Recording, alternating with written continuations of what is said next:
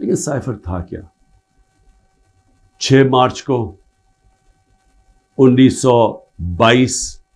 2022 6 March meeting ہوتی ہے. پاکستان کا ایمبیسڈر اسد مجید اور امریکہ کا جو under secretary of state Donald Lu Washington میں میٹنگ ہوتی ہے. آفیشیل میٹنگ ہوتی ہے. آفیشیل میٹنگ کا مطلب کہ دونوں طرف نوٹ لے رہے ہوتے ہیں اس میٹنگ کے.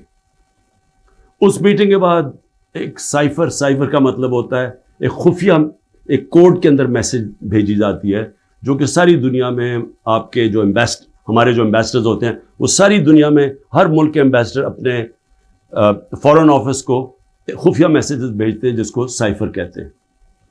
وہ سائفر آتا ہے پاکستان اور وہ میں جب پڑھتا ہوں تو اس میں کیا لکھا ہوتا ہے. سائفر میں 2 مین چیزیں ہیں, باقی تو اور بھی چھوٹی موٹی چیزیں ہیں. سب سے بڑی چیز لکھی ہوتی ہے کہ جی عمران خان کو آپ نے عدم اعتماد کی ووٹ میں پاکستان کے پرائم منسٹرشپ سے ہٹانا ہے. اور ایک اور چیز لکھی ہوتی ہے کہ عمران خان نے اکیلا فیصلہ کیا کہ روس جانے کا. آپ کو پتہ ہے روس اور تب تک جنگ شروع ہو چکی تھی روس کی یوکرین میں, تو عمران نے اکیلے نے فیصلہ کیا. جبکہ اسد مجید ہمارے ایمبیسڈر کہہ رہے ہیں کہ نہیں, عمران خان نے اکیلا فیصلہ نہیں کیا, یہ سب سٹیک ہولڈرز نے مل کے فیصلہ کیا تھا. لیکن جس طرح وہ بات کرتا ہے, اسد مجید سلام کرتا ہوں میں اپنے ایمبیسڈر کو, وہ کہتا ہے اس کے بعد جو مجھے میسج کہ ان کے خلاف آپ کو پروٹیسٹ کرنا چاہیے, ڈیمارش کرنا چاہیے کہ اس نے بڑی غلط زبان استعمال کی ہے. غیرت مند ڈپلومیٹ ہمارا. لیکن وہ غیرت یہاں نہیں جاگتی جب وہ یہاں پہنچتا ہے. سائفر جاتا ہے آرمی چیف کے پاس بھی, فورن آفس میں بھی, میرے پاس بھی آتا ہے. میں جب وہ دیکھتا ہوں میں حیران ہو جاتا ہوں کہ اس کی جرت کیسے پڑی ہے لکھنے کی.